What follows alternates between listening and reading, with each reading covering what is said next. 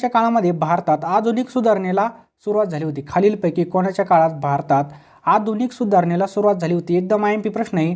चला पटकन आन्सर देण्याचा प्रयत्न करायचा, आपल्याला 3 सेकंद मिळतील. सगळ्यांचं बरोबर आहे बघा. ऑप्शन्स क्रमांक बी लॉर्ड डलहौसी. खालीलपैकी कोणाच्या काळामध्ये भारतामध्ये आधुनिक सुधारणेला सुरुवात झाली होती? तर लॉर्ड डलहौसीच्या काळामध्ये आधुनिक सुधारणेला सुरुवात झाली होती. Lord Dalhousie. आपल्या भारतामध्ये सती प्रथा बंद आंदोलन कोणी सुरू केलं? आपल्या भारतामध्ये सती प्रथा बंद आंदोलन खालीलपैकी कोणी चालू केलं? राईट आन्सर बघा ऑप्शन्स क्रमांक बी राजाराम मोहन राय. भारतामध्ये सती प्रथा बंद आंदोलन खालीलपैकी कोणी चालू केलं? तर बघा राजाराम मोहन रायने चालू केलं. कोणी? राजाराम मोहन रायने. पुढचा प्रश्न आहे बघा. खालीलपैकी कोणत्या समितीच्या शिफारशीनुसार भारतात विद्यापीठे स्थापन करण्यात आली? खालीलपैकी कोणत्या समितीच्या शिफारशीनुसार भारतामध्ये विद्यापीठे स्थापन करण्यात आली? व्हेरी इम्पॉर्टंट प्रश्न आहे. राईट आन्सर आहे बघा ऑप्शन्स क्रमांक बी सर चार्ल्स वूड समिती. कोणती समिती होती ती? सर चार्ल्स वूड समितीच्या नुसार भारतामध्ये विद्यापीठे स्थापन करण्यात आली. सर चार्ल्स वूड समिती. लॉर्ड डलहौसीने पोस्ट व टपाल ऑफिस कायदा केव्हा पास केला? लॉर्ड डलहौसीने पोस्ट व टपाल ऑफिस कायदा खालीलपैकी कधी पास केला? राईट आन्सर आहे ऑप्शन्स क्रमांक सी सर 1854 मध्ये. केव्हा? 1854 मध्ये काय केला? टपाल ऑफिस कायदा पास केला. लक्षात ठेवा 1854 मध्ये हा कायदा पास केला. पुढचा प्रश्न आहे. सन 1857च्या उठावाच्या काळामध्ये भारताचा कंपनी गव्हर्नर जनरल कोण होता? सन 1857च्या उठावाच्या काळामध्ये भारताचा कंपनी गव्हर्नर जनरल खालीलपैकी कोण होता? राईट आन्सर याचं ऑप्शन्स क्रमांक सी लॉर्ड कॅनिंग होता. लक्षात ठेवा 1857च्या उठावाच्या काळात भारताचा कंपनी गव्हर्नर जनरल कोण होता? तर लॉर्ड कॅनिंग होता. लक्षात ठेवा लॉर्ड कॅनिंग. पुढला प्रश्न काय बघा. दत्तक वारसा नामंजूर तत्वाखाली लॉर्ड डलहौसीने प्रथम कोणतं संस्थान खालचं केलं? तर दत्तक वारसा नामंजूर तत्वाखाली लॉर्ड डलहौसीने कोणती संस्थान प्रथम खालचं केलं? राईट आन्सर याचं ऑप्शन्स क्रमांक बी सातारा. लक्षात ठेवा सातारा संस्थाने काय केलं? सर्वप्रथम त्यांनी खालचं केलं. पुढचा प्रश्न आहे. नानासाहेब पेशवे यांचे सेनापती खालीलपैकी कोण होते? कोण? नानासाहेब पेशवे यांचे जे काही सेनापती आहेत खालीलपैकी कोण होते? चला पटकन आन्सर द्यायचं आहे. राईट आन्सर बघायचं ऑप्शन्स क्रमांक बी तात्या टोपे होते. लक्षात ठेवा नानासाहेब पेशवे यांचे सेनापती खालीलपैकी कोण होते? तात्या टोपे होते. त्या काळामध्ये पेशवेशाही खालसा झाली. खालीलपैकी कोणाच्या काळात पेशवेशाही खालसा करण्यात आली? राईट आन्सर आहे ऑप्शन्स क्रमांक सी बाजीराव पेशवे दुसरा. लक्षात ठेवा खालीलपैकी कोणाच्या काळामध्ये पेशवेशाही खालसा झाली? तर बाजीराव पेशवे दुसरा. लक्षात ठेवा बाजीराव पेशवे दुसरा. पुढचा प्रश्न आहे. आणि मित्रांनो तुम्ही जर आपल्या चॅनलवरती नवीन असाल तर चॅनलला नक्की सबस्क्राईब करा, बेल आयकॉन नक्कीच ऑन करा. पुढचा प्रश्न आहे. खालीलपैकी कोणत्या कारणाखाली नानासाहेब पेशवे यांची वार्षिक पेन्शन बंद करण्यात आली? खालीलपैकी कोणता कारण होतं त्यामुळे नानासाहेब पेशवे यांची वार्षिक पेन्शन बंद करण्यात आली? राईट आन्सर आहे बघा ऑप्शन्स क्रमांक बी दत्तक वारसा नामंजूर तत्वाखाली. लक्षात ठेवा दत्तक वारसा नामंजूर तत्वाखाली ही काय केली? पेन्शन बंद केली होती. पुढचा प्रश्न आहे बघा. मंगल पांडेने टिंब रोजी मेजर हुसेनवरती गोळी झाडून क्रांतीला सुरुवात केली. मंगल पांडे यांनी टिंब रोजी मेजर हुसेनवरती गोळी झाडून क्रांतीला सुरुवात केली. राईट आन्सर आहे बघा ऑप्शन्स क्रमांक 29 मार्च 1857. 29 मार्च 1857 रोजी काय केली? मेजर हुसेनवरती गोळी झाडून क्रांतीला सुरुवात केली. लक्षात ठेवा मेजर हुसेनवरून क्रांतीला सुरुवात केली. पुढचा प्रश्न आहे बघा. आपल्या भारतामध्ये पहिली जनगणना कोणाच्या काळामध्ये झाली? आपल्या भारतामध्ये पहिली जनगणना कोणाच्या काळामध्ये झाली? एकदम आयएमपी प्रश्न आहे. चला पटकन आन्सर देण्याचा प्रयत्न करायचा आहे. भारतामध्ये पहिली जनगणना कोणाच्या काळामध्ये झाली? राईट आन्सर आहे बघा ऑप्शन्स क्रमांक बी लॉर्ड मेयोच्या काळामध्ये भारतातील पहिली जनगणना झाली होती. कोणाच्या? लॉर्ड मेयोच्या काळामध्ये. अगला प्रश्न आहे बघा. लॉर्ड लिटनने ब्रिटनच्या राणीला कैसरे हिंद हा सन्मान कोणत्या ठिकाणी बहाल केला होता? कोणत्या? लॉर्ड लिटनने कैसर ए हिंद ब्रिटनच्या राणीला हा सन्मान कोणत्या ठिकाणी बहाल केला होता? चला पटकन आन्सर द्यायचा आपल्याला. राईट आन्सर आहे बघा ऑप्शन्स क्रमांक दिल्ली या ठिकाणी काय केला होता? बहाल केला होता. लक्षात ठेवा दिल्ली या ठिकाणी बहाल केला. पुढला प्रश्न बघूयात आपण. दिल्लीचा बादशाह बहादूर शाह जफर यास इंग्रजांनी कैद करून ठेवलं. दिल्लीचा बादशाह बहादूर शाह जफर यास इंग्रजांनी कैद करून कोणत्या ठिकाणी ठेवलं होतं? राईट आन्सर आहे बघा ऑप्शन्स क्रमांक रंगून या ठिकाणी. दिल्लीचा जो काही बादशाह आहे बहादूर शाह जफर यास इंग्रजांनी रंगून या ठिकाणी कैद करून ठेवलं होतं. पुढचा प्रश्न आहे बघा, 1857च्या उठावामध्ये कानपूरच्या उठावाचं नेतृत्व खालीलपैकी कोणी केलं? जो काय 1857मध्ये उठाव झाला होता कानपूरमध्ये, खालीलपैकी या नेतृत्वाचं म्हणजे नेतृत्व कोणी केलं होतं? आपल्या सगळ्याला माहीत पाहिजे, नानासाहेब पेशवे यांनी केलं होतं. लक्षात ठेवा, नानासाहेब पेशवे यांनी. कोणतं? कानपूरचं नेतृत्व. स्वातंत्र्यवीर सावरकरांनी अभिनव भारत या क्रांतिकारक संघटनेची स्थापना खालीलपैकी कोणत्या ठिकाणी केली? MTS भरतीला बघा याच्यावरती 100% प्रश्न विचारत होते. तर बघा, स्वातंत्र्यवीर सावरकरांनी अभिनव भारत या क्रांतिकारक संघटनेची स्थापना कोणत्या ठिकाणी केली होती? चला पटकन आन्सर द्यायचं आहे. सर्वांचं बरोबर आहे बघा, नाशिक या ठिकाणी केली होती. स्वातंत्र्यवीर सावरकरांनी अभिनव भारत या क्रांतिकारक संघटनेची स्थापना नाशिक या ठिकाणी केली होती. पुढचा प्रश्न आहे बघा, खालीलपैकी कोणत्या तुरुंगामध्ये पंडित नेहरू यांनी डिस्कव्हरी ऑफ इंडिया हा ग्रंथ लिहिला? खालीलपैकी कोणत्या तुरुंगामध्ये पंडित नेहरूंनी डिस्कव्हरी ऑफ इंडिया हा ग्रंथ लिहिला? राईट आन्सर आहे बघायचं ऑप्शन्स क्रमांक बी, अहमदनगर जेल या ठिकाणी लिहिला. कुठं? अहमदनगर जेल. पुढचा प्रश्न आहे बघा, ऑपरेशन विजय खालीलपैकी कशाशी संबंधित आहे? ऑपरेशन विजय खालीलपैकी कशाशी संबंधित आहे? चला पटकन आन्सर द्यायचं आहे. ऑपरेशन विजय खालीलपैकी कशाशी संबंधित आहे? ऑप्शन्स क्रमांक सी, गोवा विलिनीकरण. लक्षात ठेवा, गोवा विलिनीकरणाशी संबंधित ऑपरेशन विजय. लक्षात ठेवा, गोवा विलिनीकरण. पुढचा प्रश्न आहे बघा, आधुनिक भारतात एकेश्वरवादाचा पुरस्कार कोणी केला? आधुनिक भारतामध्ये एकेश्वरवादाचा पुरस्कार खालीलपैकी कोणी केला? एकदम महत्त्वाचा प्रश्न आहे. राईट आन्सर आहे ऑप्शन्स क्रमांक ए, राजा राममोहन राय यांनी केला. आधुनिक भारतामध्ये एकेश्वरवादाचा पुरस्कार खालीलपैकी राजा राममोहन राय यांनी केला. कोणी? राजा राममोहन राय यांनी. पुढचा प्रश्न आहे बघा, स्वातंत्र्याचे सूत कातणारी महिला अशी ओळख असणारी स्त्री खालीलपैकी कोणती? स्वातंत्र्याचे सूत कातणारी महिला अशी ओळख असणारी स्त्री खालीलपैकी कोणती आहे? राईट आन्सर याचं ऑप्शन्स क्रमांक डी, मणीबेन नानावती. कोण आहे बघा? मणीबेन नानावती आहे. बंगालमधील दुहेरी शासन व्यवस्था खालीलपैकी कोणी रद्द केली? बंगालमधील दुहेरी शासन व्यवस्था खालीलपैकी कोणी रद्द केली? राईट आन्सर बघायचं ऑप्शन्स क्रमांक डी, वॉरन हेस्टिंग्सने काय केली? बंगालमधील दुहेरी शासन व्यवस्था रद्द केली. कुणी? वॉरन हेस्टिंग्सने. भिल्ल जमात खालीलपैकी कोणत्या जिल्ह्यामध्ये आढळते? भिल्ल जमात खालीलपैकी कोणत्या जिल्ह्यामध्ये आढळते? तर बघा, नंदुरबार या जिल्ह्यामध्ये भिल्ल जमात आढळते. कोणत्या? नंदुरबार या जिल्ह्यामध्ये.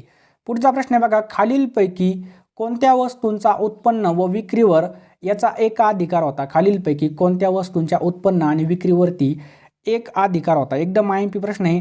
राईट आन्सर आहे बघा ऑप्शन्स क्रमांक डी, वरील सर्व. लक्षात ठेवा, मीठ व अफू, चहा व कॉफी, खनिज आणि उत्पादन याच्यावरती काय होता? एक अधिकार होता.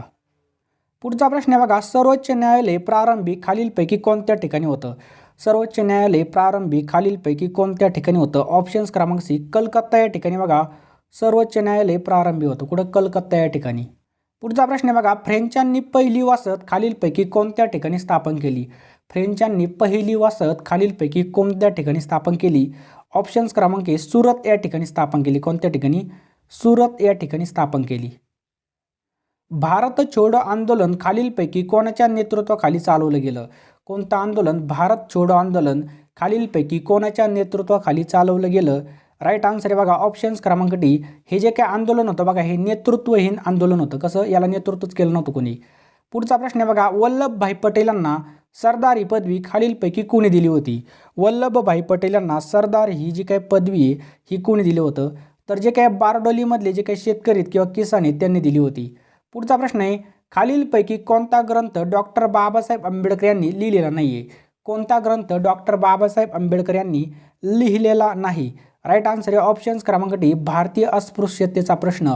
बाकीचे बघा, the problem of rupee, caste in India, who were the Shudras, हे जे काही ग्रंथ आहेत बघा हे डॉक्टर भीमराव आंबेडकर यांचे ग्रंथ आहेत. पुढचा प्रश्न आहे बघा, हंटर कमिशनचा मुख्य भार कोणत्या विषयावर उपाययोजना करण्यावर होता? जे काय हंटर कमिशन नेमलं होतं त्याचा जो काही मुख्य भर होता तो कोणत्या विषयावर उपाययोजना करण्यावर होता असा प्रश्न आहे. चला पटकन आन्सर द्यायचं आहे, आपल्याला 3 सेकंद मिळतील. राईट आन्सर बघायचं ऑप्शन्स क्रमांक ए, प्राथमिक शिक्षण. लक्षात ठेवा, प्राथमिक शिक्षण. पुढचा प्रश्न आहे बघा, केसरी व मराठा वृत्तपत्राच्या संपादनात टिळकांना कोणी सहकार्य केलं? केसरी आणि मराठा या वृत्तपत्राचे जे काही संपादन आहे ते करण्यासाठी खालीलपैकी कोणी सहकार्य केलं?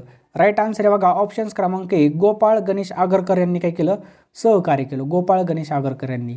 पुढचा प्रश्न आहे, शिवाजी महाराजांचा पोवाडा खालीलपैकी कोणी लिहिला? शिवाजी महाराजांचा पोवाडा खालीलपैकी कोणी लिहिला? तर ऑप्शन्स क्रमांक ए, महात्मा फुले यांनी शिवाजी महाराजांचा पोवाडा लिहिला. महात्मा फुले यांनी. पुढला प्रश्न आहे बघा, नरबळीची प्रथा खालीलपैकी कोणी बंद केली? नरबळीची प्रथा खालीलपैकी कोणी बंद केली? ऑप्शन्स क्रमांक ए, लॉर्ड हार्डिंगने बघा नरबळीची प्रथा बंद केली. कोणी? लॉर्ड हार्डिंगने. पुढचा प्रश्न आहे बघा, आसियानचं मुख्यालय खालीलपैकी कोणत्या ठिकाणी आहे? आसियानचं मुख्यालय खालीलपैकी कोणत्या ठिकाणी स्थित आहे? तर बघा काठमांडू. काठमांडू कोणत्या ठिकाणी स्थित आहे? ते नेपाळ या ठिकाणी स्थित आहे. लक्षात ठेवा, नेपाळ. अफगाणिस्तान नाही, नेपाळ. खालीलपैकी कोणता देश हा ब्रिक्स संघटनेचा 2011 मध्ये सदस्य झाला? खालीलपैकी कोणता देश हा ब्रिक्स संघटनेचा 2011 मध्ये सदस्य झाला? तर चीन हा देश आहे. कोणता? चायनीज. बारीक डोळ्याचे चायनीज बघा काय झाले, ब्रिक्स संघटनेचा 2011 मध्ये सदस्य झाला. बरोबर. आणि मित्रांनो बघा खाली जी काय आपली कमेंट बॉक्स आहे त्या कमेंट बॉक्समध्ये आपण पिन केलेली आपल्या अनअकॅडमीची प्रोफाईल लिंक, त्या लिंकला जाऊन तुम्ही फॉलो करू शकता. त्या ठिकाणी आपण बघा डेली मोफत क्लासेस घेत असतो. जर तुम्ही नवीन युजर असाल, म्हणजे नवीन अजून आपल्या मोबाईलमध्ये नसेल, तर SMB10 हा जो काय आपला कोड आहे हा कोड यूज करून तुम्ही बघा त्या ठिकाणी फ्रीमध्ये क्लासेस बघू शकता. SMB10. पुढचा प्रश्न आहे बघा, आंतरराष्ट्रीय न्यायालय खालीलपैकी कोणत्या ठिकाणी स्थित आहे? कोणतं? आंतरराष्ट्रीय न्यायालय. तर हेग नेदरलँड या ठिकाणी बघा आंतरराष्ट्रीय न्यायालय स्थित आहे. लक्षात ठेवा, हेग नेदरलँड या ठिकाणी. पुढचा प्रश्न आहे बघा, स्त्रियांना मतदानाचा प्रथम हक्क हा कोणत्या देशाने दिला? स्त्रियांना मतदानाचा अधिकार प्रथम कोणत्या देशाने दिला? व्हेरी व्हेरी इम्पॉर्टंट प्रश्न आहे. राईट आन्सर आहे ऑप्शन्स क्रमांक ए, न्यूझीलंड. स्त्रियांना मतदानाचा अधिकार प्रथम कोणत्या देशाने दिला? तर न्यूझीलंड या देशाने दिला. पुढचा प्रश्न आहे बघा, पानिपतच्या युद्धानंतर माधवराव पेशव्यांनी निजामाचा पराभव कोणत्या युद्धामध्ये केला? पानिपतचं जे काही युद्ध आहे त्या युद्धानंतर माधवराव पेशव्यांनी निजामाचा पराभव खालीलपैकी कोणत्या युद्धामध्ये करण्यात आला? चला पटकन आन्सर द्यायचं आहे. राईट आन्सर आहे बघा ऑप्शन्स क्रमांक ए, राक्षस भुवन. लक्षात ठेवा, राक्षस भुवन. पुढचा प्रश्न आहे, आधुनिक राज्यशास्त्राचा जनक खालीलपैकी कोणाला म्हटलं जातं? आधुनिक राज्यशास्त्राचे जनक खालीलपैकी कोणाला म्हटलं जातं? तर राईट आन्सर आहे बघा ऑप्शन्स क्रमांक ए, ॲरिस्टॉटल. लक्षात ठेवा, ॲरिस्टॉटलला आधुनिक राज्यशास्त्राचं जनक म्हणून ओळखलं जातं. खालीलपैकी कोणता धर्म सर्वसमावेशक होता? खालीलपैकी कोणता धर्म सर्वसमावेशक होता? व्हेरी व्हेरी इम्पॉर्टंट प्रश्न आहे. राईट आन्सर आहे बघा ऑप्शन्स क्रमांक बी, बौद्ध धर्म. लक्षात ठेवा, बौद्ध धर्म हा बघा सर्वसमावेशक होता. कोणता? बौद्ध धर्म. दांडी यात्रा ही गांधीजींनी सविनय कायदेभंग चळवळीमधील महत्त्वाची घटना होय. हे जी काय दांडी ठिकाणी खालीलपैकी कोणत्या ठिकाणी स्थिती? तर आपल्या सगळ्यांना माहीत पाहिजे कोणत्या ठिकाणी स्थित आहे. बघा हे गुजरात या ठिकाणी स्थित आहे. कोणत्या ठिकाणी? गुजरात राज्यामध्ये स्थित आहे. कोणत्या? गुजरात. पुढचा प्रश्न आहे बघा, लाहोर कट हा कोणत्या लाहोर कट खटल्याशी संबंधित नसलेली व्यक्ती विचारली आपल्याला. राईट आन्सर आहे ऑप्शन्स क्रमांक डी, चंद्रशेखर आझाद. हे बघा लाहोर खटल्याशी संबंधित नसलेली व्यक्ती कोण? चंद्रशेखर आझाद. पुढचा प्रश्न आहे बघा, डेक्कन भागामधून ईस्ट इंडिया कंपनी टिंबटिंब वस्तू निर्यात करत होती. डेक्कन भागातून ईस्ट इंडिया कंपनी कोणती वस्तू निर्यात करत होती? ऑप्शन्स क्रमांक एक, कापूस ही जी काही वस्तू आहे ती निर्यात करत होती. कोणती? कापूस. पुढचा प्रश्न आहे बघा, महाराष्ट्रामध्ये राजाराम मोहन राय यांचे अनुयायी खालीलपैकी कोण होते? आपल्या महाराष्ट्रामध्ये राजाराम मोहन राय यांचे अनुयायी खालीलपैकी कोण होते? तर राईट आन्सर आहे बघा बाळशास्त्री जांभेकर होते. कोण होते? बाळशास्त्री जांभेकर. खालीलपैकी कोणतं स्थळ एक 12 ज्योतिर्लिंगापैकी नाही? खालीलपैकी कोणतं एक स्थळ 12 ज्योतिर्लिंगापैकी नाही? एकदम महत्त्वाचा प्रश्न आहे. राईट आन्सर बघायचं ऑप्शन्स क्रमांक बी, अमरनाथ. लक्षात ठेवा, अमरनाथ हे बघा 12 ज्योतिर्लिंगापैकी एक नाही, अमरनाथ. पुढचा प्रश्न बघा, खालीलपैकी कोणाच्या जन्मदिनी दरवर्षी 31 ऑक्टोबरला राष्ट्रीय एकता दिवस साजरा केला जातो? खालीलपैकी कोणाच्या जन्मदिनी 31 ऑक्टोबरला राष्ट्रीय एकता दिवस साजरा केला जातो? व्हेरी व्हेरी इम्पॉर्टंट प्रश्न आहे. राईट आन्सर बघा ऑप्शन्स क्रमांक सी, सरदार पटेल. लक्षात ठेवा, सरदार पटेल यांच्या जन्मदिवसानिमित्त राष्ट्रीय एकता दिवस साजरा केला जातो. पुढचा प्रश्न खूप महत्त्वाचा आहे. सुभाषचंद्र बोस यांनी फॉरवर्ड ब्लॉक या पक्षाची स्थापना केव्हा केली? पेपरला बघा फॉरवर्ड ब्लॉकची स्थापना विचारली जाते, परंतु त्याचं साल नाही विचारलं जातं. आता साल सुद्धा विचारू शकतात. चला पटकन आन्सर द्यायचं आहे. राईट आन्सर आहे ऑप्शन्स क्रमांक 1939ला सुभाषचंद्र बोस यांनी काय केली? फॉरवर्ड ब्लॉक या पक्षाची स्थापना केली, किंवा 1939ला. पुढचा प्रश्न आहे, मुळशी धरण विरोधी मोहिमेमध्ये खालीलपैकी कोण सहभागी होते? काय विचारले? खालीलपैकी कोण सहभागी होते? तर सेनापती बापट बघा मुळशी धरणविरोधी मोहिमेमध्ये सहभागी होते. कोण? सेनापती बापट. पुढचा प्रश्न आहे बघा, पहिली गोलमेज परिषद. जे काय गोलमेज परिषद आहेत मित्रांनो त्यावरती 100% प्रश्न विचारला जातो. राईट आन्सर आहे बघायचं पहिली गोलमेज परिषद बघा 1930. 31-32ला दुसरी तिसरी भरली आहे ना. पहिली केव्हा भरली? 30ला भरली. 1930 लक्षात ठेवायचं आहे. पुढचा प्रश्न आहे बघा, इतरांच्या धर्मावर टीका न करणे खालीलपैकी कोणाचं तत्व होतं? इतरांच्या धर्मावर टीका न करणं खालीलपैकी कोणाचं तत्व होतं? हे बघा तत्व होतं प्रार्थना समाजाचं. लक्षात ठेवा, प्रार्थना समाजाचं तत्व. भारत सरकारने कोणत्या वर्षापर्यंत क्षयरोग निर्मूलनाचं उद्दिष्ट ठेवलं आहे? तर 2025 पर्यंत बघा क्षयरोग निर्मूलनाचं उद्दिष्ट ठेवलेलं आहे. भारतीय राज्यघटनेतील कितव्या कलमानुसार सर्वोच्च न्यायालयाची तरतूद करण्यात आलेली आहे? 124व्या कलमानुसार करण्यात आलेली आहे. कोणत्या संस्थेने अलीकडे परम अनंता सुपर कॉम्प्युटरचं अनावरण केलं होतं? तर IIT गांधीनगरने बघायचं आयोजन केलं होतं. म्हणजे अनावरण केलं होतं, आयोजन नाही. राष्ट्रसभेमध्ये जास्तीत जास्त किती सदस्य असतात? तर बघा 250 इतके सदस्य असतात. लक्षात ठेवा 250 इतके.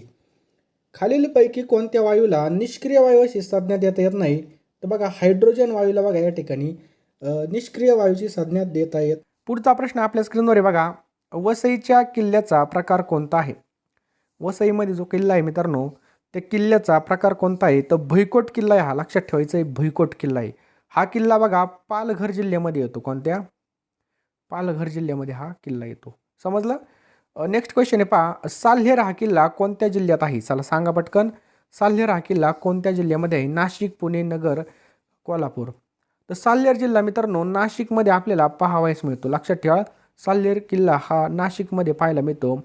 नाशिक जिल्ह्यामधील कोणत्या? सटाणा तालुक्यामध्ये. लक्षात ठेवा सटाणा तालुक्यामध्ये हा किल्ला आहे पहा. आणि साल्हेर हा एक गिरिदुर्ग आहे. साल्हेरची उंची बघा 1567 मीटर आहे बघा. 1567 मीटर इतकी आपल्याला याची उंची सुद्धा या ठिकाणी देण्यात आलेली आहे. पुढचा प्रश्न आपल्या स्क्रीनवर आहे बघा, नरनाळा किल्ला हा अकोला जिल्ह्यामधील कोणत्या तालुक्यामध्ये आहे? सांगा पटकन. नरनाळा किल्ला तर मित्रांनो अकोट आपल्या लक्षात ठेवायचं आहे. अकोट नरनाळा किल्ला बघा अकोला तालुका आहे ना. अकोला जिल्ह्यातील कोणत्या तालुक्यामध्ये? अकोट तालुक्यामध्ये 3161 फूट या ठिकाणी बघा इतकी उंची याची आपल्याला बघा दिलेली आहे. नेक्स्ट आहे पहा, महाराष्ट्रामधील सर्वात उंच किल्ला कोणता आहे? तर साल्हेर. ऑप्शन क्रमांक 4 साल्हेर हा जो काही किल्ला आहे मित्रांनो हा महाराष्ट्रामधील सर्वात उंच किल्ला आहे. लक्षात ठेवायचं आहे मित्रांनो सगळ्यात उंच किल्ला कोणता आहे बघा? महाराष्ट्रामधील साल्हेर किल्ला आहे. समजलं? त्याच्यानंतर सगळ्यात दुसऱ्या क्रमांकाचा कोणता आहे किल्ला? तर हरिश्चंद्रगड आहे बघा. हा 1422 मीटर इतका आहे बघा. 1422 मीटर इतका हरिश्चंद्रगड आहे. पुढचा प्रश्न मित्रांनो या ठिकाणी बघू शकता, सुवर्णदुर्ग हा जो काही किल्ला आहे हा कोणत्या तालुक्यामध्ये? कोणता? सुवर्णदुर्ग. तर मित्रांनो हा दापोलीमध्ये आपल्याला पाहायला मिळतो. सुवर्णदुर्ग किल्ला कुठं? दापोली. हा रत्नागिरी जिल्ह्यामध्ये किल्ला आहे पहा. कोणत्या तालुक्यामध्ये? दापोली तालुक्यामध्येच. आणि मित्रांनो सुवर्णदुर्ग हा जो काही किल्ला आहे हा एक सागरी किल्ला आहे. विजयदुर्ग किल्ला जो काही विजयदुर्ग किल्ला आहे मित्रांनो हा सुद्धा सागरी किल्ला आहे. आणि विजयदुर्ग किल्ला सिंधुदुर्ग जिल्ह्यामध्ये आपल्याला पाहायला मिळतो. पुढचा प्रश्न आपल्या स्क्रीनवर आहे पहा, महाराष्ट्रामधील एकमेव श्री शिवछत्रपती मंदिर आहे सिंधुदुर्ग किल्ल्यात आहे. हे मंदिर कोणी बांधलं होतं? तर मित्रांनो हा प्रश्न बऱ्याच वेळेस या ठिकाणी रिपीट झालेला आहे. तर छत्रपती राजाराम महाराजांनी मित्रांनो हे जे काही मंदिर आहे पहा हे बांधलं होतं. छत्रपती राजाराम महाराजांनी हे मंदिर बांधलं होतं. आणि मित्रांनो हे छत्रपती शिवाजी महाराजांनी सागरी सीमेच्या सुरक्षितेसाठी सिंधुदुर्ग किल्ला बांधला होता. आणि या किल्ल्यामध्ये राजाराम महाराजांनी शिवछत्रपती मंदिर बांधलं होतं. आणि हे शिवाजी महाराजांचं बघा एकमेव मंदिर आहे. लक्षात ठेवायचं आहे बघा. शिवाजी महाराजांचा जन्म कुठं झाला होता? शिवनेरी किल्ल्यावर झाला होता. मृत्यू बघा रायगड किल्ल्यावरती झाला होता. कुठं? रायगड किल्ल्यावरती झाला होता. राज्याभिषेक सुद्धा बघा रायगड किल्ल्यावरती झाला होता. आणि लक्षात मंदिर कुठं आहे शिवाजी महाराजांचं? तर सिंधुदुर्ग जिल्ह्यामध्ये स्थित आहे. नेक्स्ट पहा, अजिंक्य तारा हा प्रसिद्ध किल्ला टिंबटिंब या ठिकाणी आपल्याला पाहावयास मिळतो. कोणता? अजिंक्य तारा. मित्रांनो हा प्रश्न सातारा जिल्हा ते ठाणे जिल्हा पोलीसला प्रश्न आला होता. लक्षात ठाण्यामध्ये आला होता. आणि याचं करेक्ट आन्सर आहे बघा सातारा. अजिंक्य तारा हा प्रसिद्ध किल्ला कुठे बघा? साताऱ्यामध्ये आपल्याला पाहायला मिळतो. अजिंक्य तारा किल्ला मित्रांनो राजा भोजने बांधला होता. कोणी? राजा भोजने अजिंक्य तारा किल्ला बांधला होता. हा किल्ला सातारा किल्ल्यातील बामोनोली डोंगरामध्ये बघा, बामोनोली डोंगरामध्ये स्थित आहे. नेक्स्ट आहे पहा, खालीलपैकी छत्रपती शिवाजी महाराजांचं जन्मस्थान शिवनेरी पुणे जिल्ह्यात कोणत्या तालुक्यामध्ये आहे? कोणता तालुका आहे त्या ठिकाणी आपल्याला पाहायला मिळतं शिवनेरी किल्ला? तर मित्रांनो जुन्नर, लक्षात ठेवायचं बघा, अतिशय IMP क्वेश्चन आहे मित्रांनो. हा प्रश्न बघा बऱ्याच वेळेस या ठिकाणी विचारलेला आहे. तर मित्रांनो जुन्नर तालुक्यामध्ये बघा शिवनेरी किल्ला हा शिवाजी महाराज यांचा जन्मस्थळ असलेला किल्ला आहे. पहा, शिवनेरी किल्ला जुन्नर तालुक्यामध्ये, जिल्हा पुणे या ठिकाणी येतो. पहा, जुन्नरचं जुनं नाव होतं जीर्णनगर. लक्षात ठेवा मित्रांनो, जुन्नरचं जुनं नाव काय होतं बघा, जीर्णनगर हे जुन्नरचं जुनं नाव होतं. आणि पर्यटन जिल्हा लक्षात ठेवा सिंधुदुर्ग आहे. पर्यटन राजधानी कोणती? आपली छत्रपती संभाजीनगर आहे. शिवनेरी किल्ल्यावर बघा शिवाई देवीचं मंदिर आहे बघा, आणि शिवाई देवीवरूनच शिवाजी असं नाव ठेवण्यात आलं आहे शिवाजी महाराजांचं. पुढचा प्रश्न आहे मित्रांनो, जंजिरा किल्ला हा कोणत्या जिल्ह्यामध्ये आहे? कोणता? जंजिरा. तर जंजिरा किल्ला मित्रांनो रायगड जिल्ह्यामध्ये आहे. कोणत्या? रायगड. हा एक सागरी किल्ला आहे. जंजिरा म्हणजे काय? समुद्राने वेढलेला. या ठिकाणी बघा 572 तोफा होत्या. किती? 572 तोफा होत्या. आणि जंजिरा किल्ल्याचं सध्याचं बांधकाम बघा बुरहान खानने केलं होतं. लक्षात ठेवायचं आहे, छत्रपती शिवाजी महाराजांनी सागरी किल्ले कोणकोणते बांधले होते बघा? सिंधुदुर्ग, विजयदुर्ग आणि सुवर्णदुर्ग. बरोबर. जंजिरा हा किल्ला महाराजांना या ठिकाणी जिंकता आला नव्हता. कर्नाळा किल्ला हा कोणत्या जिल्ह्यामध्ये आहे? कोणता? कर्नाळा किल्ला हा कोणत्या जिल्ह्यामध्ये आहे? अतिशय महत्त्वाचा प्रश्न आहे.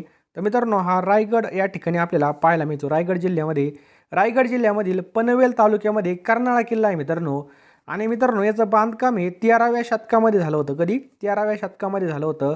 1670मध्ये काय झालं होतं बघा, शिवाजी महाराजांनी हा किल्ला जिंकला होता. आणि 1680ला कधी? 1680मध्ये काय झालं होतं, शिवाजी महाराजांच्या मृत्यूनंतर औरंगजेबाने हा किल्ला जिंकला होता. हे पण आपल्याला लक्षात ठेवायचं आहे. कर्नाळा पक्षी अभयारण्य हे सुद्धा रायगड जिल्ह्यामध्ये. कर्नाळा हे महाराष्ट्रामधील पहिलं पक्षी अभयारण्य, हे पण पॉईंट आपल्याला लक्षात ठेवायचं आहे. आणि कर्नाळा किल्ला बघा कर्नाळा अभयारण्य क्षेत्रामध्येच आपल्याला पाहायला मिळतो. पुढचा प्रश्न मित्रांनो पहा आपल्या स्क्रीनवर, जगप्रसिद्ध अजिंठा लेणी टिंबटिंब या नदीच्या खनन केलेल्या दरी भागामध्ये वसलेली आहे. अजिंठा लेणी. तर वाघूर, ऑप्शन क्रमांक 3 वाघूर हे आपलं करेक्ट आन्सर होईल बघा. वाघूर. वाघूर नदीने खनन केलेल्या दरी भागामध्ये अजिंठा लेणी वसली आहे. अजिंठा लेणी बघा सोयगाव तालुक्यामध्ये, जिल्हा छत्रपती संभाजीनगर या ठिकाणी. पहा, लक्षात ठेवायचं आहे मित्रांनो, वाघूर नदीच्या दरी भागामध्ये वसलेली आहे. आणि मित्रांनो या ठिकाणी लक्षात ठेवा 29 बौद्ध लेण्या सुद्धा आहेत बघा. आणि 1983ला कधी? 1983मध्ये काय झालं होतं, या ठिकाणी जागतिक वारसा स्थळाचा दर्जा सुद्धा भेटलेला या लेणीला. महाराष्ट्रामधील 7 आश्चर्यापैकी एक प्रमुख आश्चर्य बघा, याचा शोध लागला होता. कुणी लावला होता? जॉन स्मिथने या लेणीचा शोध लावला होता. पुढचा प्रश्न आहे मित्रांनो, हा प्रश्न बऱ्याच वेळेस पेपरला विचारलेला आहे. भारतामधील खालीलपैकी कोणती लेणी सर्वात प्राचीन लेणी आहे? कशी? सर्वात प्राचीन लेणी आहे. तर मित्रांनो पितळखोरा ही जी काही लेणी मित्रांनो ही सर्वात प्राचीन लेणी. लक्षात ठेवायचं आहे आपल्याला. पितळखोरा लेणी भारतामधील सर्वात प्राचीन लेणीचा एक समूह आहे. पितळखोरा लेणी छत्रपती संभाजीनगर जिल्ह्यामधील कन्नड तालुक्यामध्ये बघा. कोणत्या तालुक्यामध्ये? कन्नड या तालुक्यामध्ये ही स्थित आहे. याचं बांधकाम बघा अजिंठा लेण्यांहून बघा जुनं आहे. पितळखोरा लेण्यामध्ये बुद्ध मूर्ती लक्षात ठेवायचं आणि चित्र देण्यात आलेली आहेत. पुढचा प्रश्न आहे मित्रांनो, प्रसिद्ध पर्यटन स्थळ खजुराहो लेणी कोणत्या राज्यात आहे? कोणती? खजुराहो लेणी. तर खजुराहो मित्रांनो मध्य प्रदेशमध्ये. पहा, लक्षात ठेवायचं आहे मध्य प्रदेशमध्ये. या ठिकाणी बघा 85 या ठिकाणी मंदिर आहेत बघा. हिंदू आणि जैन लेणी पहा, बांधकाम हे 10व्या शतकामध्ये झालं होतं. कोणत्या? 10व्या शतकामध्ये. आणि याला युनेस्को जागतिक वारसा स्थळाचा दर्जा सुद्धा देण्यात आला आहे. पहा, समजलं. भारतामधील प्रमुख लेण्या जर पाहिल्या, ओडिसामध्ये कोणती लेणी बघा? उदयगिरी आहे. तमिळनाडूमध्ये बघा मित्रांनो महाबलीपुरम. महाबली पिक्चर नाही, तर महाबलीपुरम ही तमिळनाडूमधले बघा एक लेणी आहे. मध्य प्रदेशमध्ये बघा खजुराहो. आणि अजून एक लक्षात ठेवायची बघा भीमबेटका. कोणता बेटका? भीमबेटका. लक्षात ठेवायचं भीमबेटका हे आपल्याला लक्षात ठेवायचं आहे. समजलं. त्यानंतर कर्नाटकमध्ये बदामी लेणी. कोणती? बदामी लेणी. पुढचा प्रश्न पहा मित्रांनो, तोरणमाळ हे थंड हवेचं ठिकाण कोणत्या जिल्ह्यात आहे? हा प्रश्न भरपूर वेळा विचारलेला आहे. तर तोरणमाळ ही जे काही ठिकाण आहे मित्रांनो हे नंदुरबार जिल्ह्यामध्ये स्थित आहे. लक्षात ठेवायचं आपल्याला नंदुरबार जिल्ह्यामध्ये स्थित आहे. नेक्स्ट हे पहा, महाबळेश्वर हे थंड हवेचं ठिकाण कोणत्या जिल्ह्यामध्ये आहे? कोणतं? महाबळेश्वर. तर मित्रांनो महाबळेश्वर हे सातारा जिल्ह्यामध्ये स्थित आहे, लक्षात ठेवायचे. पाचगणी सुद्धा मित्रांनो सातारा जिल्ह्यामध्ये, चिखलदरा अमरावती जिल्ह्यामध्ये, हे पण आपल्याला लक्षात ठेवायचे बघा. पन्हाळा सोपई कोल्हापूरमध्ये, माथेरान रायगड जिल्ह्यामध्ये बघा, आणि आंबोली आपल्या सगळ्यांना माहिती कुठे आहे, आंबोली सिंधुदुर्गमध्ये स्थित आहे. पुढचा प्रश्न आपल्या स्क्रीनवर आहे, बुलढाणा जिल्ह्यामध्ये कोणतं थंड हवेचं ठिकाण आहे, तर बुलढाणा. त्यानंतर आंबा बरवा आणि भिंगारा. मित्रांनो बुलढाण्यामध्ये लय ठिकाणी थंड हवेचे ठिकाण आहेत, म्हणजे वरीलपैकी सर्व आपले ही करेक्ट आन्सर होईल. भारताचे राष्ट्रगीत खालीलपैकी कोणी लिहिलेलं आहे, भारताचं राष्ट्रगीत खालीलपैकी कोणी लिहिलेलं आहे. चला पटकन आन्सर द्यायचं आहे. सगळ्यांचं बरोबर आहे, रवींद्रनाथ टागोर यांनी भारताचं राष्ट्रगीत लिहिलेलं आहे. आलं लक्षात. पुढचा प्रश्न बघा, खालीलपैकी मराठीमधील पहिलं वृत्तपत्र कोणतं होतं. आपल्या मराठीमधील पहिलं वृत्तपत्र खालीलपैकी कोणतं होतं, तर दर्पण हे आपल्या मराठीमधील पहिलं वृत्तपत्र होतं. कोणतं, दर्पण. भारतीय राष्ट्रीय काँग्रेसच्या कोणत्या अधिवेशनामध्ये संपूर्ण स्वराज्याचा ठराव संमत करण्यात आला होता. चला पटकन ओळखायचं आपल्याला. भारतीय राष्ट्रीय काँग्रेसच्या कोणत्या अधिवेशनामध्ये संपूर्ण स्वराज्याचा ठराव संमत करण्यात आला होता, तर कोणतं होतं बघा, ते लाहोर अधिवेशन होतं. कोणतं, लाहोर अधिवेशन. पुढचा प्रश्न आहे, गोबर गॅसमध्ये प्रामुख्याने कोणता घटक असतो, तर आपल्याला माहिती आहे गोबर गॅसमध्ये प्रामुख्याने मिथेन, त्यालाच आपण काय म्हणतो, CH4 हा घटक असतो. कोणता, CH4.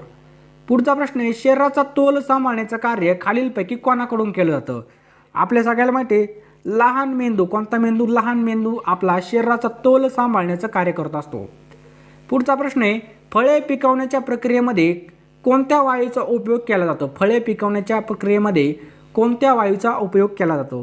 राईट आन्सर आहे बघा, इथिलीनचा उपयोग केला जातो. कशाचा, इथिलीन. पुढचा प्रश्न आहे, सकाळी सूर्यप्रकाशामध्ये त्वचेच्या खाली कोणतं जीवनसत्व तयार होतं. सकाळी बघा सूर्यप्रकाशामध्ये त्वचेच्या खाली कोणतं जीवनसत्व तयार होतं. राईट आन्सर बघायचं ऑप्शन्स क्रमांक 4, ड जीवनसत्व तयार होतं. आलं लक्षात. जर तुम्हाला ड जीवनसत्व लागत असेल तर सकाळ काय करायचं, गेल्यानंतर वावरामध्ये उन्हाला बसायचं, लगेच आपल्याला काय होईल, ड जीवनसत्व मिळेल. लक्षात ठेवा, सकाळी. पुढचा प्रश्न आहे, हुंडा विरोधी कायदा कोणत्या वर्षी संमत झाला होता. कोणता, हुंडा विरोधी. तर 1961 मध्ये हुंडा विरोधी कायदा संमत झाला होता. नव्या अखिल भारतीय सेवेची निर्मिती करण्याचा अधिकार खालीलपैकी कोणाला असतो. नव्या अखिल भारतीय सेवेची निर्मिती करण्याचा अधिकार खालीलपैकी कोणाला असतो. राईट आन्सर आहे बघा ऑप्शन्स क्रमांक 2, राज्यसभेला असतो. कोणाला, राज्यसभा. भारतात भरणाऱ्या अनेक आंतरराष्ट्रीय परिषदांचं स्थान म्हणून प्रसिद्ध असलेले विज्ञान भवन खालीलपैकी कोणत्या ठिकाणी स्थित आहे. कोणतं, विज्ञान भवन खालीलपैकी कोणत्या ठिकाणी स्थित आहे. तर हे बघा नवी दिल्ली या ठिकाणी स्थित आहे. कुठं, नवी दिल्ली या ठिकाणी स्थित आहे. भारताची जास्तीत जास्त भूसीमा खालीलपैकी कोणत्या देशाशी संलग्न आहे. तर बघा आपल्या भारताची सगळ्यात जास्त भूसीमा ही खालीलपैकी कोणत्या, तर बांगलादेशला संलग्न आहे. लक्षात ठेवा, बांगलादेशला. नॅशनल डेअरी डेव्हलपमेंट बोर्ड ही संस्था खालीलपैकी कोणत्या ठिकाणी आहे, तर आनंद या ठिकाणी. लक्षात ठेवा, आनंद, गुजरातमधील आनंद या ठिकाणी. भारतातील सगळ्यात कमी लोकसंख्येची घनता असलेलं राज्य कोणतं आहे, तर सगळ्यात कमी घनता असलेलं राज्य कोणतं आहे, उत्तर प्रदेश. ते अरुणाचल प्रदेश आहे. उत्तर प्रदेश नाही, अरुणाचल प्रदेश. आलं लक्षात. पुढचा प्रश्न आहे बघा, शुद्ध लेखनदृष्ट्या अचूक शब्द निवडायचा आपल्याला. चला पटकन ओळखायचा, आपल्याला 3 सेकंद मिळतील. राईट आन्सर आहे बघा ऑप्शन्स क्रमांक 2, हा शब्द काय एकदम योग्य आहे. गणेश हा शब्द कोणत्या संधीचं उदाहरण आहे. कोणतं, गणेश हा शब्द कोणत्या संधीचं उदाहरण आहे. तर बघा ही कोणती संधी आहे, स्वर संधी. गणेश हा शब्द स्वर संधीचं उदाहरण आहे. अण्णा हा शब्द कोणत्या भाषेमधून मराठीत आलेला आहे. कोणता, अण्णा हा शब्द कोणत्या भाषेतून मराठीत आला, तर कानडी या भाषेमधून अण्णा हा शब्द मराठीत आलेला आहे. कोणत्या, कानडी. मन पूर्ण करण्यासाठी पर्यायी शब्द ओळखायचा आपल्याला. पहावे बांधून, लग्न पहावे करून. काय प्रश्न आहे बघा, पहावे बांधून, लग्न करावे, लग्न पहावे करून, यातील आपल्याला योग्य असा शब्द ओळखायचा आहे. राईट आन्सर बघायचं ऑप्शन क्रमांक 4, घर पहावे बांधून, लग्न पहावे करून. षष्टी विभक्तीचे खालीलपैकी प्रत्यय कोणते आहेत. कोणते, षष्टी विभक्तीचे. राईट आन्सर बघा चा, ची, चे हे बघा षष्टी विभक्तीचे प्रत्यय आहेत. खालीलपैकी विजातीय स्वरांची जोडी ओळखायची आपल्याला. विजातीय स्वरांची जोडी, एकदम सोपा प्रश्न आहे. राईट आन्सर बघा ही काय बघा विजातीय स्वरांची जोडी आहे. जे भाषेमध्ये जे मूळ शब्द असतात त्या शब्दांना डॅश शब्द म्हणतात. आपल्या भाषेमध्ये जे काही मूळ शब्द असतात त्यांना आपण काय म्हणतो, सिद्ध शब्द असं म्हणतो. काय, सिद्ध शब्द. ध्वनिदर्शक शब्द ओळखायचा आहे. घोड्याचे काय असतं, घोडा काय करत असतो, तर बघा घोड्याचे किंकाळणे. खालील शब्दामधून आपल्याला एकवचनी शब्द ओळखायचा आहे. खालील शब्दातून एकवचनी शब्द ओळखायचा आहे. चला पटकन ओळखायचं आहे, आपल्याला 3 सेकंद मिळतील. राईट आन्सर आहे बघा ऑप्शन्स क्रमांक 1 झरा. हा काय बघा एकवचनी शब्द आहे झरा. पुढचा प्रश्न आहे बघा अशुद्ध शब्द ओळखायचा. काय अशुद्ध शब्द. राईट आन्सर आहे बघा याचं ऑप्शन्स क्रमांक 2 संगीत. हा शब्द काय अशुद्ध आहे. वाक्प्रचाराचा अर्थ ओळखायचा आहे. काय प्रश्न बघा बाळ कडू पाजणे याचा आपल्याला अर्थ ओळखायचा आहे. राईट आन्सर आहे बघा याचं ऑप्शन्स क्रमांक 3 बाल मनावर संस्कार करणे यालाच आपण काय म्हणतो बाळ कडू पाजणे.